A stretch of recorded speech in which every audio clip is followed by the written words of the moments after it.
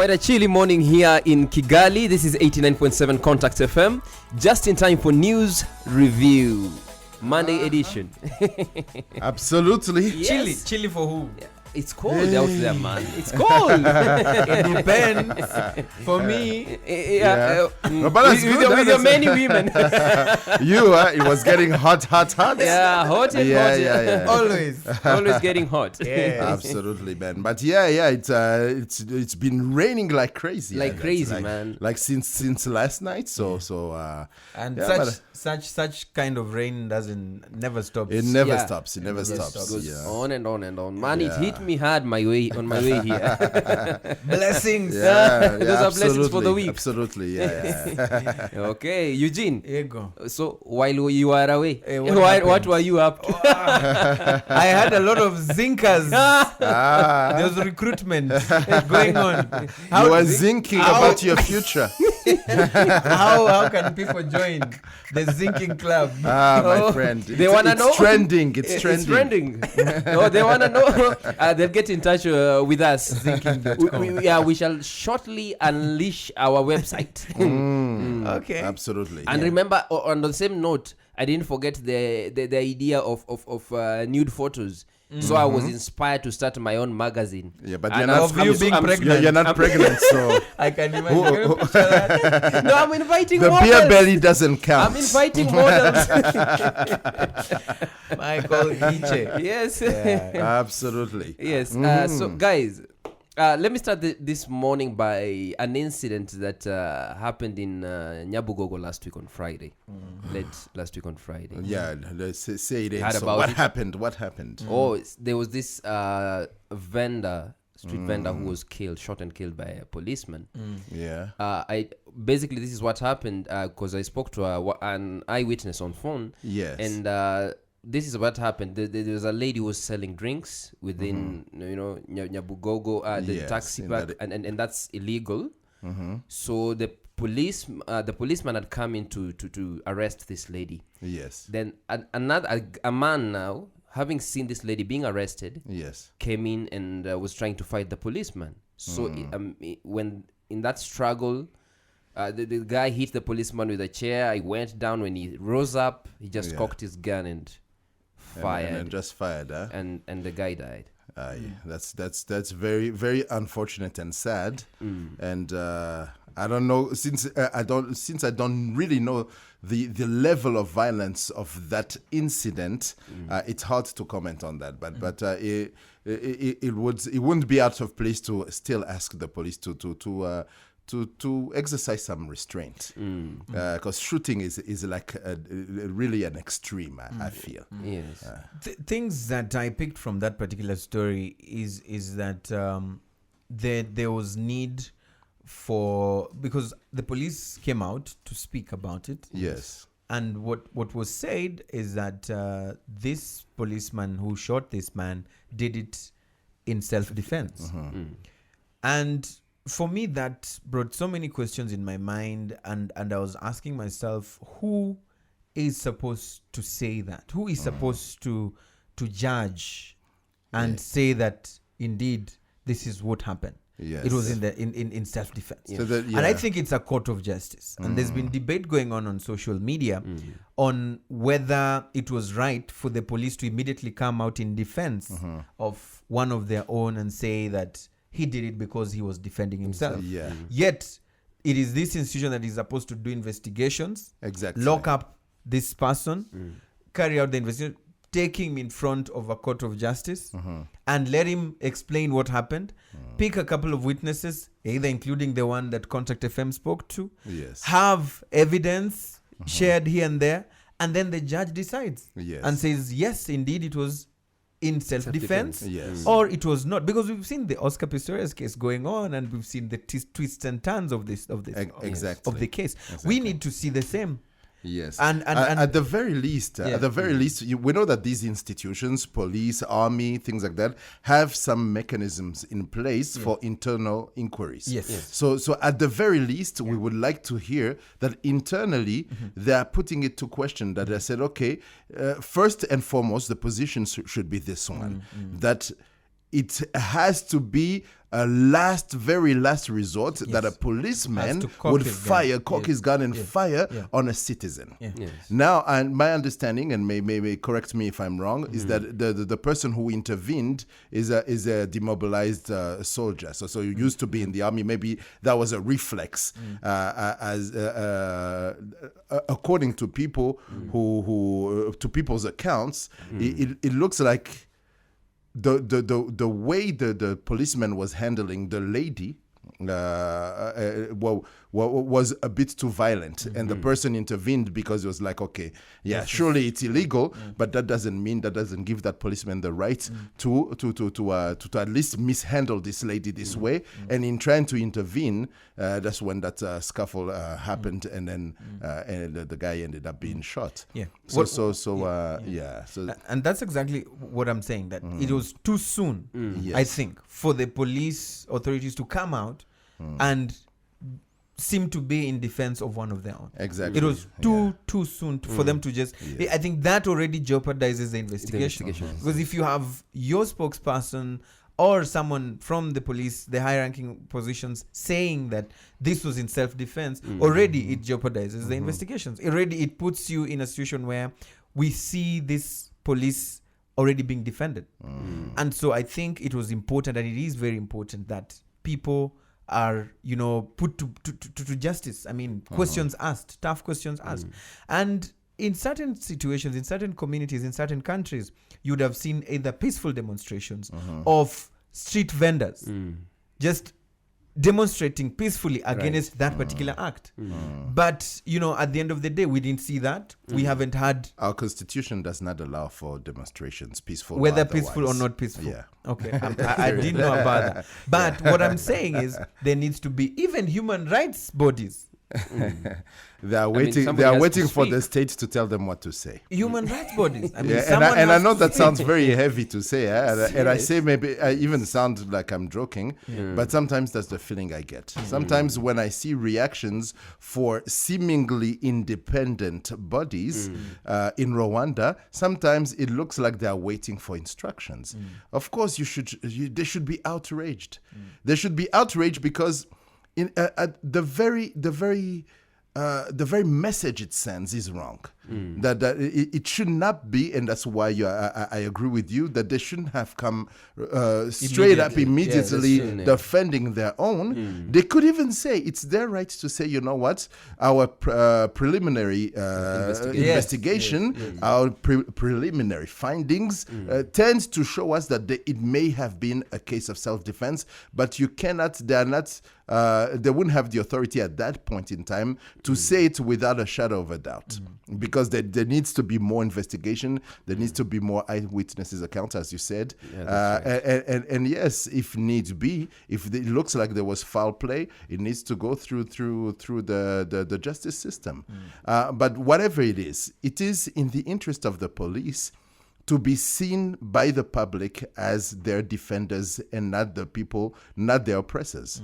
And it makes it look very bad when a policeman fires his gun to a civilian, be it even if he was an ex-soldier. That being said, it's not okay. I would not jump to the defense of a person who, in trying to intervene, would confront a policeman, because then I can understand his fears. I can understand that, okay, I'm under attack. But the problem is people's accounts are telling you that, yes, there was that scuffle, but when he got up, the other guy was down. So he could have just pointed his gun at him and said, don't move. So they need to really look into it, why he fired and not just one shot. He fired more than one shot, apparently. I think there was just two shots. Interestingly, this brings, I think, to debate some of the issues that we've been seeing around our society. And this is the arming of even watchmen with heavy ammunition. You have a watchman with a shotgun. Imagine that. Which goes on you and it just creates a big hole on you. I mean, and this brings to question even now. Okay, when you walk in the streets, for example, and you see hawkers around, yes. There's sometimes when you hear of stray bullets. Yes. You know, now some may have that kind of a fear. When you Yes. see the police chasing these hawkers or street vendors around, you may now get worried Yeah. Exactly. that anything can happen. And Amid- some were even amidst all arguing this. and saying, why wouldn't he have even shot in the air? You know, He most could of the have shot- time you yes. see people He just- shooting If in the he air. could have shot in the air, he Yes. could have shot the guy on the leg. If you're trying to restrain Just the to person, demobilize if you're him. just trying to dissuade him to come any further with his attacks, you don't go straight for the kill. So that's where again it should not be that they immediately say, oh, it was self-defense and that's the end of the story. No, it cannot be that. Yeah. So probably I want to believe this matter actually should it should be looked into, but in very clear and with a deeper understanding of the events absolutely. that surrounded that particular. It has to, and I also take fault in many journalists. I think it's a very big problem when you see also journalists just jumping into conclusions the Yes. same way they have been told by any official. Exactly. I mean, yeah. it is not journalism. You're not just supposed to take everything just like that and just say, okay, this is the situation. You have to ask questions. You have to challenge. You have to also put things in perspective. Absolutely. Before you just say us what you're saying is as a story. Because at the end of the day, you're not just an instrument. Exactly. You're not just a tool. You shouldn't be, otherwise what's the point? All right. Yes. Yeah. And now, still speaking on matters to do with the people in the security circles. Now, I was equally looking at an article here on the New Times speaking about the laxity of private guards. You know, with a photo of people going through that security thing, and you're seeing the guards there just seated like they're least bothered about who's going through or whatever is happening. Yeah.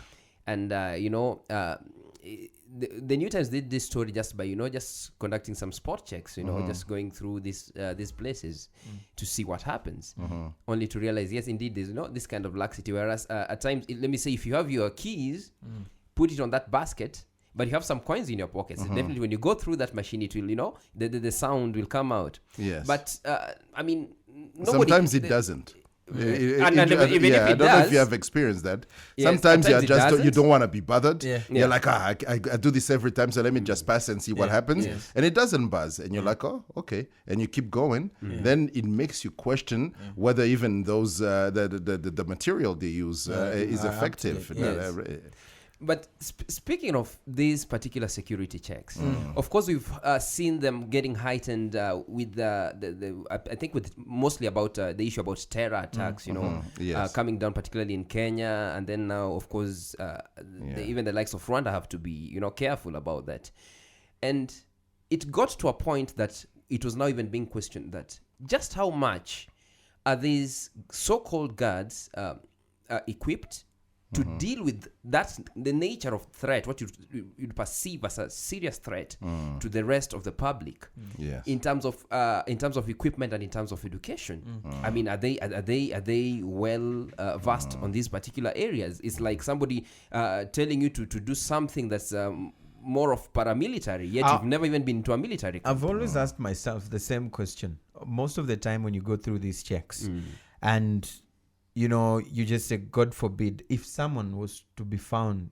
with, let's say, a grenade or let's say having a gun, what is this security guard able to do?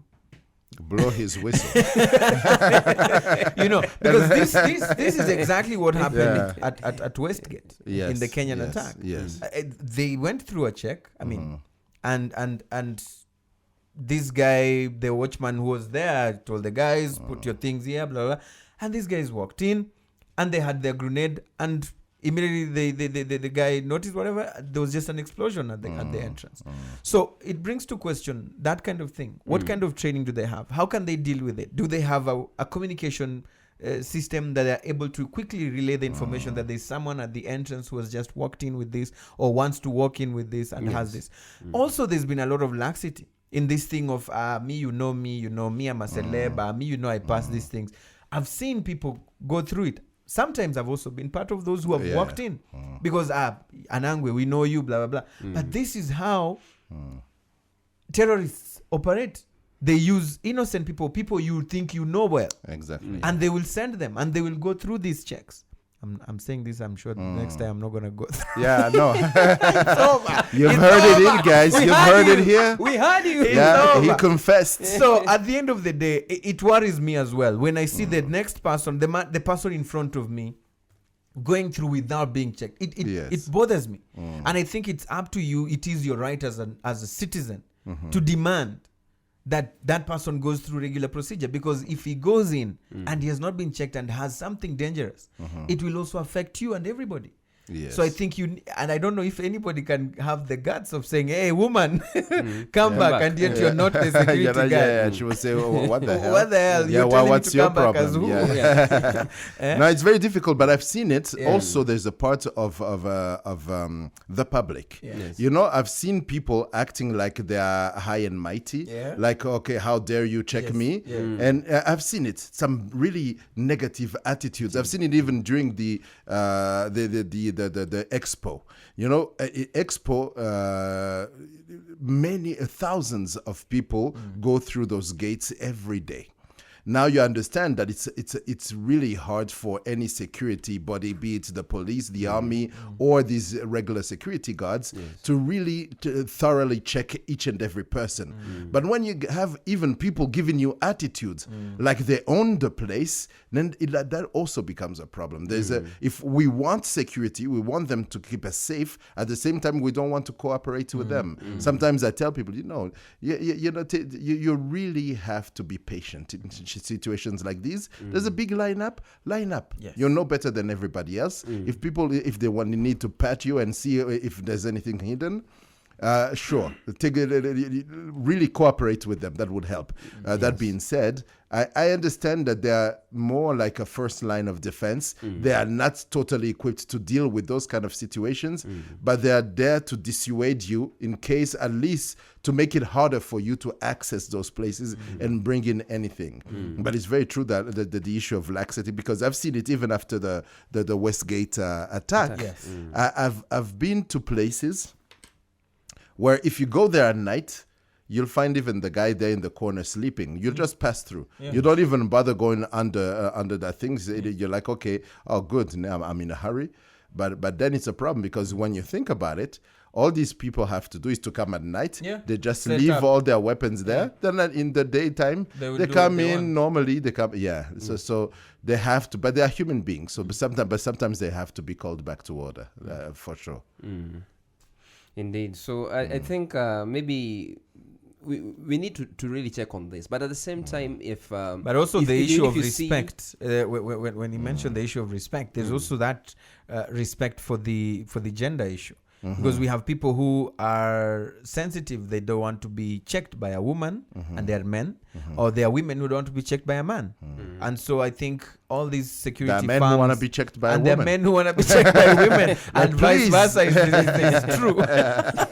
So there is that aspect as well. So, but when you continue like this, you'll also hear of children who want to be checked by children.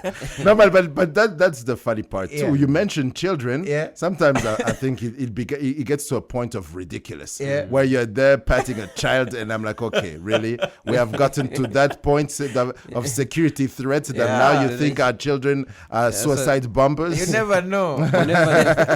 Anybody is a potential threat, eh? But anywho. Again, I wanted also to, when you look at these security guards, do you even feel that the much that they earn is worth the risk that they're being exposed to, the potential risk that they're exposed to? I remember there was an instance where a Kenyan media outlet, they also did their own spot check, but they did it in a different way. They walked to a supermarket. Then the guys there were they were keen, sharp, to check guys and all that kind of thing.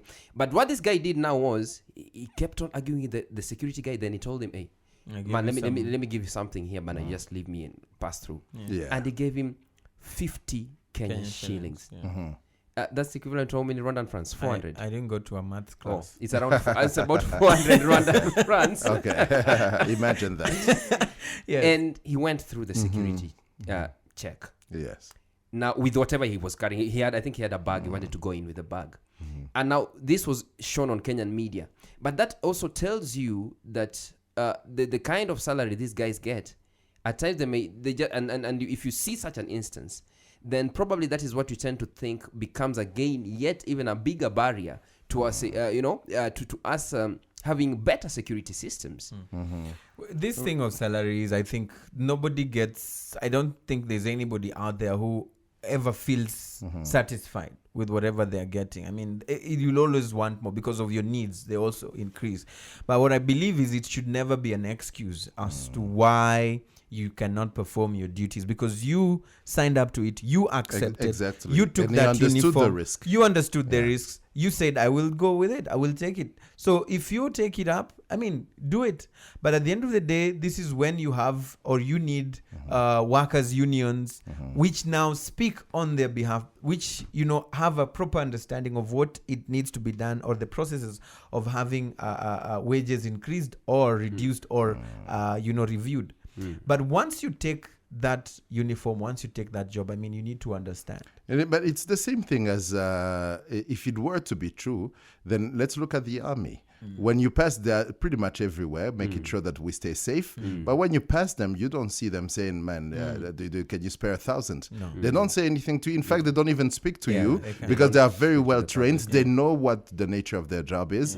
And they should also know the consequences of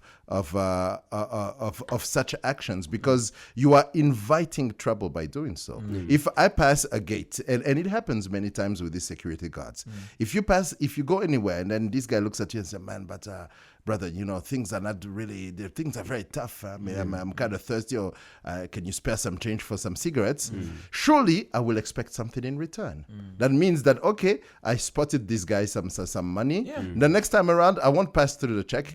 He will even feel shy to check me. He will say, oh, this is the guy who gives me some money. And that will compromise. Yeah, of course, he's compromised the moment he does that. If some other guy is checking him out and seeing, so this is where this is my angle now. This is how I can get to this guy. Soft spot. Yeah. Then is it a matter of, again, in terms of even training, does it mean that they'd have to be brought up to the standards of the disciplined forces? I think it's in you. Whether you're trained or not, it's just character. And there are people who even go through, I mean, most of these people we hear have done these mistakes, blah, blah, blah. They've gone through rigorous training at the end of the day. And so it's just character issues. So if it is in you, if it is your behavior, it will always be there, but then there has to be a way to check you from their superiors. So I was going to say supervisor, then I changed somewhere around the way. That's why I said superior. They need to check it. But it's because it's ridiculous sometimes to hear these things. I remember going to Ethiopia and passing through the check, and this young guy, very young guy, there's a white lady who was in front of me, and this young guy is like, you have condoms? You have condoms? I'm like, really? Now you're to the point of asking for condoms? So did you have them? I was watching, the scene was very funny. I was like, sure, what do you want to do with them? You know what you would have said later. Yeah. That's the guy who saved my life. No, but the poor lady was shocked. It was an older lady. She was like, what? You have condoms? But definitely. The security is even your personal security. If you have a night guard at your place, and this guy spends most of his time sleeping, then why are you paying him? Sure. And by the way, now let me even take you to a much more serious, security. I don't know whether to call this a security lapse or just a weak, security force against the enemies that attacked. Just in DRC Congo, heard of the reports yesterday night that there's a group that attacked a prison near the borders of DRC and Uganda, and they freed about 400 prisoners. Imagine, they're now rampant, just out there running. And can you imagine such a threat being posed to the entire region, probably even including Uganda, because it is near the borders of Uganda, and some, of course, would definitely cross to the other side, so that it would even make it much more difficult to have them arrested. Most of these kind of cases, you'll hear people saying that there was inside job involved, because it is difficult for just a normal person or a stranger like me just to know the ways into a prison Yeah, and no, definitely, be able yeah. to do all these kind of things. I mean, there's always sometimes a part played by some of those people inside there that give you the timings, the proper time to come, the proper place to pass, and also sometimes these visits, you never know. Sometimes some people visit, they've come to visit, but they've come to do their homework to know, okay, which way, what can I do? Yes. So when you say over 400 or around 400 already out there, indeed, yes, it poses a risk. But then also, what has been done to bring them back or to help with getting them? Have we seen pictures circulated? Have we seen any arrests of people being questioned? And these are some of the next steps that need to be done immediately when you have What such group kind is that did that? Did they mention the No, name? No. Oh, okay, yeah. We're yet to But these know the things name of happen. the It group. happened here in Rwanda back in the Habyarimana days. The RPF at that time, the rebel movement, came into Musanze and freed some of the political prisoners there. So it happens. And it's no doubt that there has to be some internal involvement. Some people who were there who Give the gave them plan, the kind of the information map, that would be everything. needed. Yeah. And people are watching so many movies, so They've seen Prison Break one too many times. they are and they have their own Michael Scofield, right? Yeah, but when you think about it, it's the same. It's almost the same issue as what you were saying earlier with the security guards. Now the people, the prison guards. Surely don't have the same level of training as the army. Yes. So if an armed group, well organized, was to attack any prison, I'm very sure that there would be hard pressed to deal with it. Yeah. Okay, this is 89.7 Contact FM. You're listening to News Review, brought to you by Fly Dubai. And you're listening to News Review, hosted by I, Michael Kiche. And of course, today I'm joined by my panelists, Lion Imanzi and Eugene Anangwe. And right now, I want us just to make noise and more noise and more noise about the noise pollution thing. again. What Reason? happened? What a guan? What's going on? Reason why I'm again bringing this is the fact that the turn it's now taking is that we are likely to see tens, if not hundreds, of people losing their jobs. Like there was this guy called Eva Binamungu, who is the chief executive officer of Next Entertainment, and he is the owner of Club Next. And he says that his club is soundproof, but the police have been coming there. They come there like twice a week, and now he fears being arrested or taken to jail. So the numbers have dwindled in terms of clientele because people are no longer getting the levels and the quality of music they used to. Yes. But right now, what he says is that unfortunately, it now even have to lay off some workers because it doesn't make sense continuing to have the same number of staff. Obviously. And I think now that is what even becomes an issue of concern in this whole noise thing. When people are now starting to lose their jobs, it's not realistic. Okay, two things here. One, yes, I'm also not too pro this thing of noise pollution without having a standard way of measuring yes. and knowing what exactly is the limit or what exactly is not the limit. But then again, also, it is important and vital to also tell the entertainers or people who own entertainment joints also not to say that he is, but I don't know. But there are people who now probably are going to take advantage of this. Or maybe they've lay been, off people? yes, they've been waiting all this time. I want to get an excuse Really? of kicking you out. Eugene, seriously? or you have others whose clubs have lost popularity and they now just want to blame it on this whole noise thing. I mean, let's also be clear. Let's also be realistic. If indeed they came and they said we want to shut it down because you're making noise, then that would be an issue. But having visitations, maybe they've just come also to have a good time. No, it is not like they were coming to have a good time. They're coming to tell him, man, your thing is too loud. Yet the club is soundproof. Yeah. So we have to look at it in a general sense anyways. Yes. So that's Yes. his testimony. Yes. Thank you for that. And he's also tasting money. He's also testing money. He's tasting money. in general, anyways, we've said it and we'll repeat it again. And it has to again. be scientific. There has to be a time, but there also has to be consultations because, as it was rightly put by one of the owners of such places who was gracious enough to talk to us when that whole noise pollution thing was making noise itself, who owns a joint not so far from here, what is it? Stonehouse. And she mentioned, and I mentioned it by name just to give people an idea, where she said, okay, when you talk of soundproof, it is very difficult for people like us because we have this kind of place. It's Outside a bar, environment, restaurant yes. that has, it's outdoors. People want to sit in the gardens, but still want to hear music and enjoy a good conversation. And why not dance if they want to dance? So, what would be the guideline for such places? Because you cannot possibly soundproof the outdoors. A lot of concerts happen in the stadium. You're surely not going to soundproof the stadium either. So many places it is just not feasible. And the idea, maybe the case has to be put to the authorities in question, the police, the mayor's office, and that some level of noise is not only acceptable, it's even recommended because it makes people see that your city is vibrant. Just to quickly jump to something else, Yes. I was seeing people circulating a list of 15 cities that are the most attractive here in Africa, and Kigali was one of them, and I was wondering why.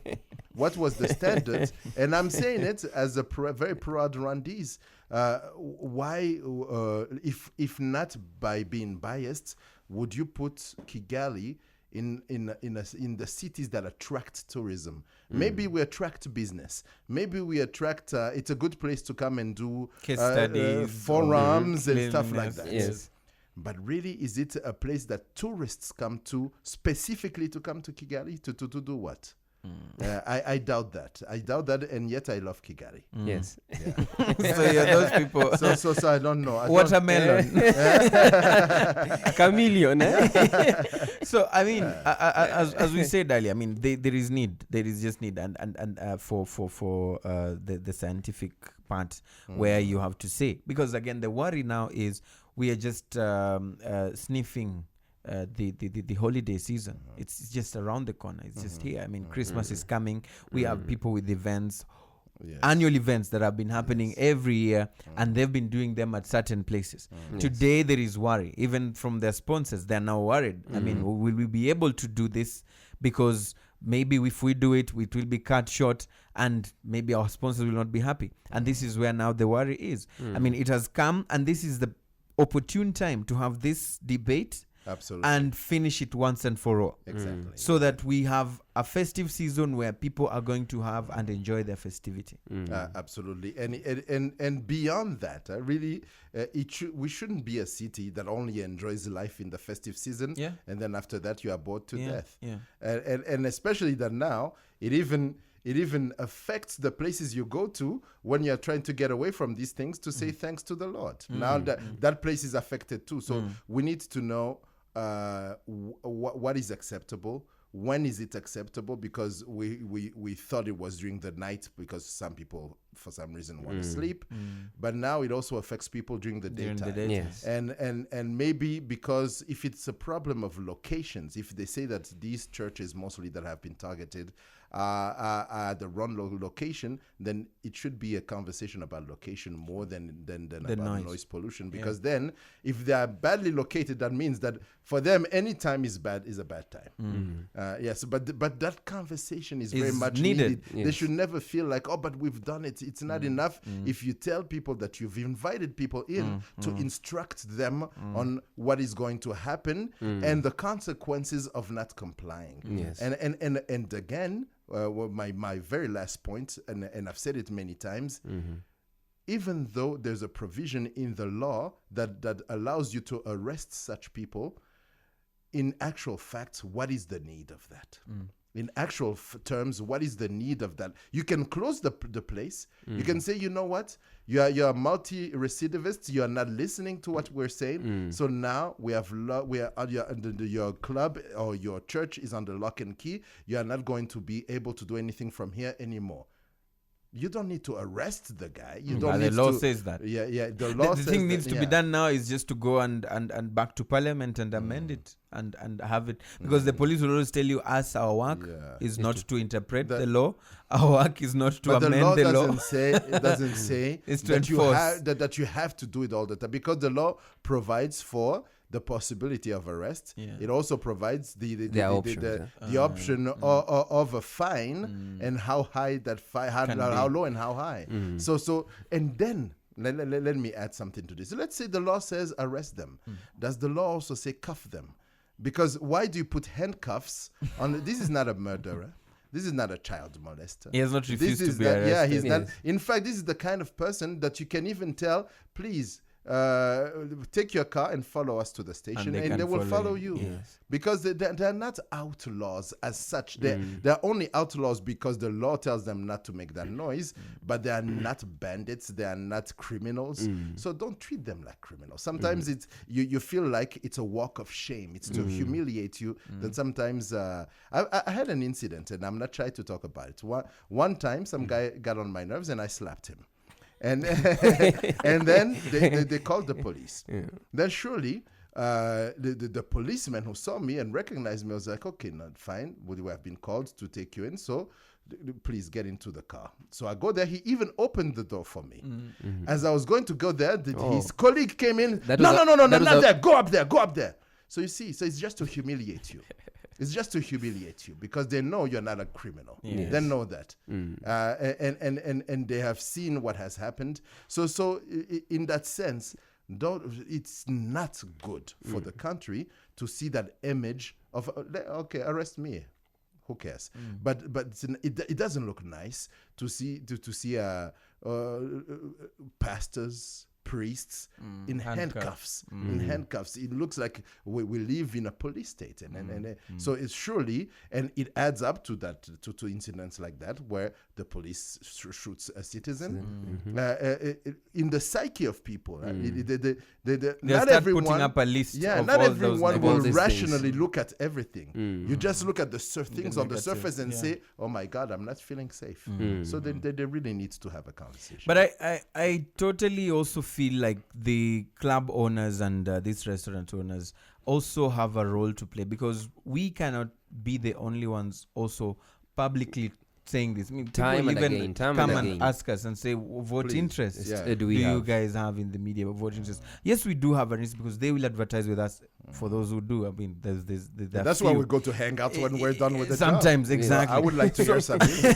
So they also need to come on the forefront. Yes. They need to. I mean, through their different unions. I don't know. I asked a few days ago, but I never got a proper answer whether they have a restaurants and bar owners association. Other countries have these kind of associations. I was told that there is a chamber in the private sector federation. Where is that chamber? What is it saying? Where is its voice? What does it have to say on all this? What voice has it put in that kind of negotiation that was done, if there was any, or consultation? So there needs to be other groups that are particularly affected also coming out with press statements, coming out openly with some facts and evidence to show that, look, my club is fully, soundproofed.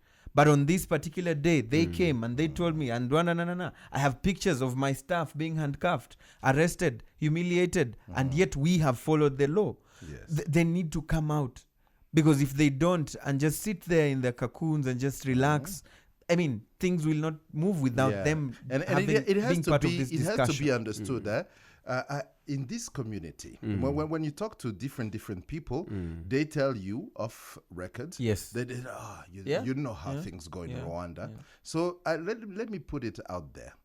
What is Rwanda, or who is Rwanda? I said it last time that the mayor said he is Kigali, and I said, well, I am Kigali too. Yes. So Rwanda is us.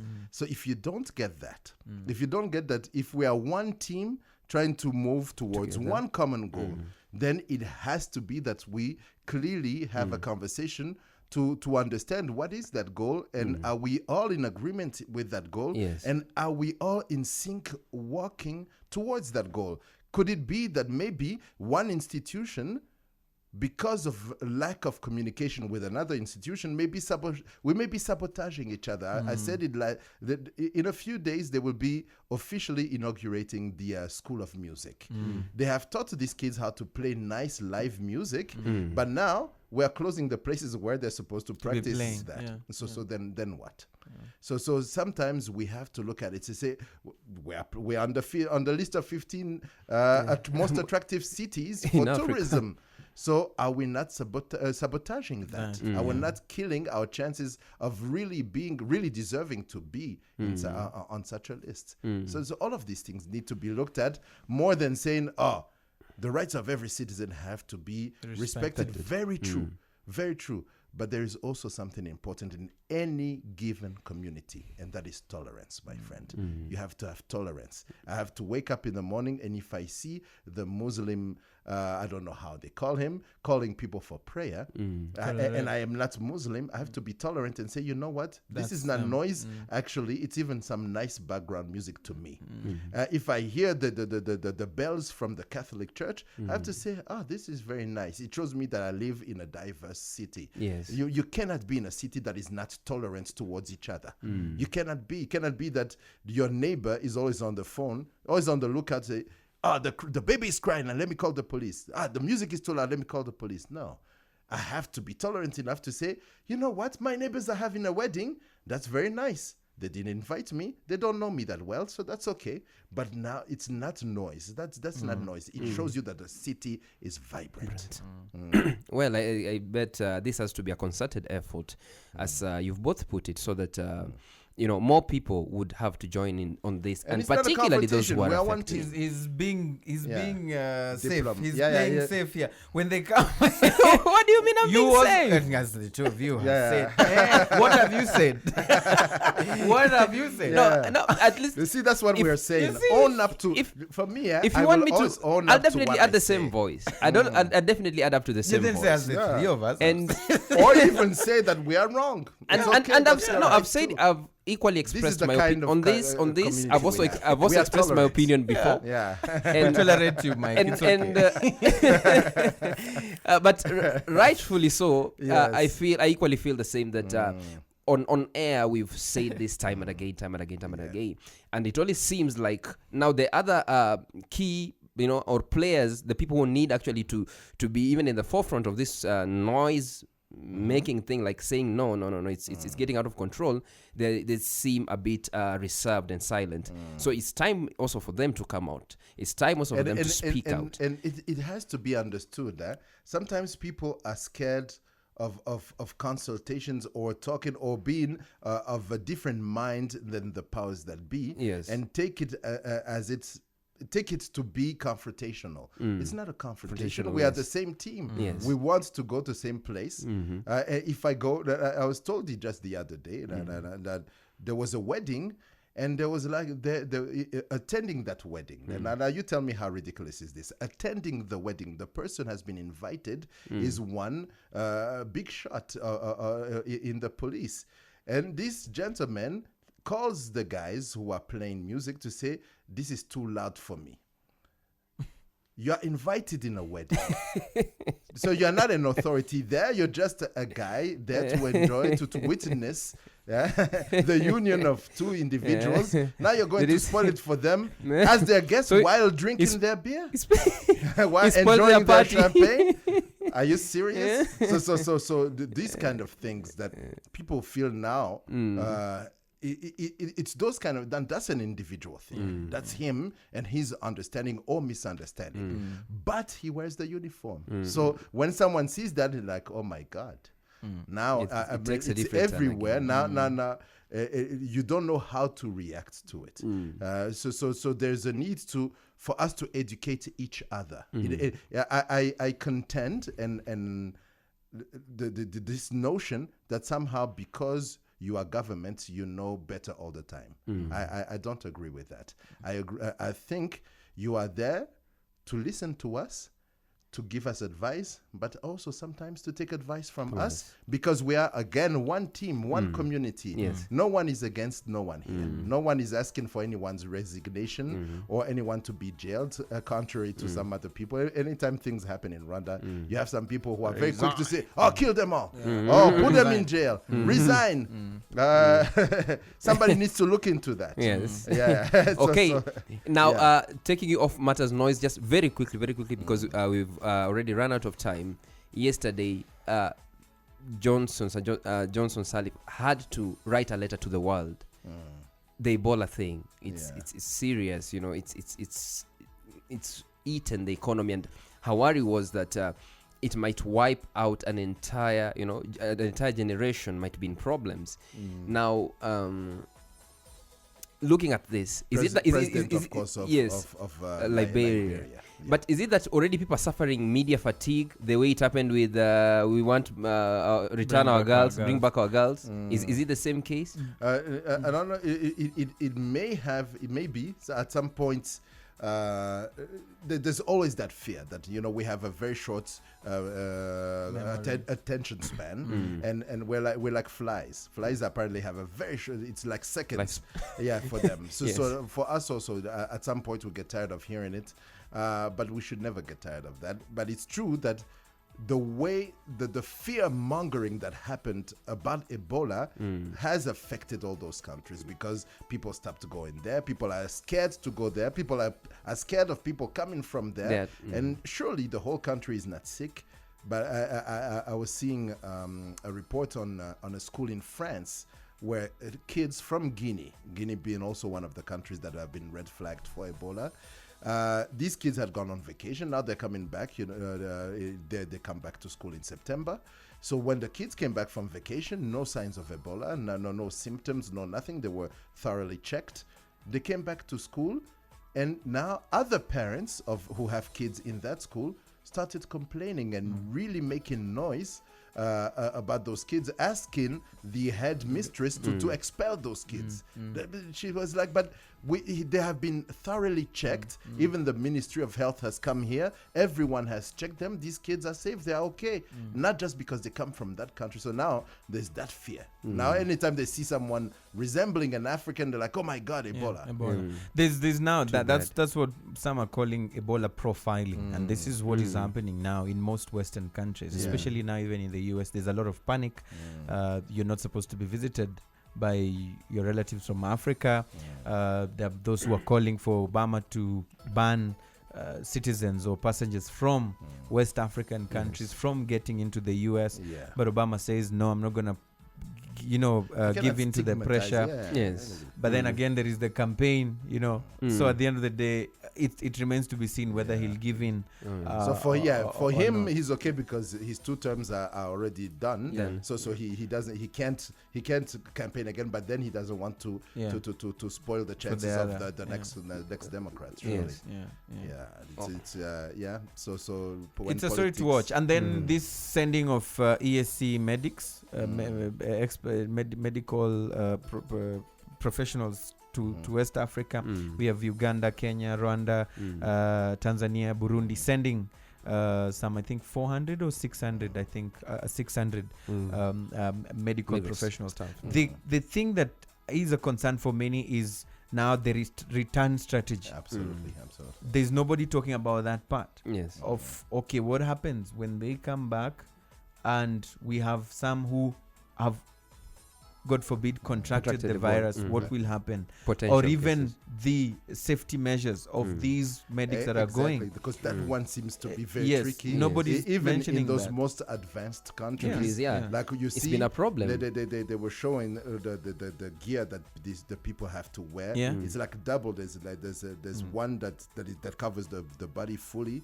There's one that doesn't really cover it fully, and they wear the gloves and stuff like that. Then there's another one they put on top of it.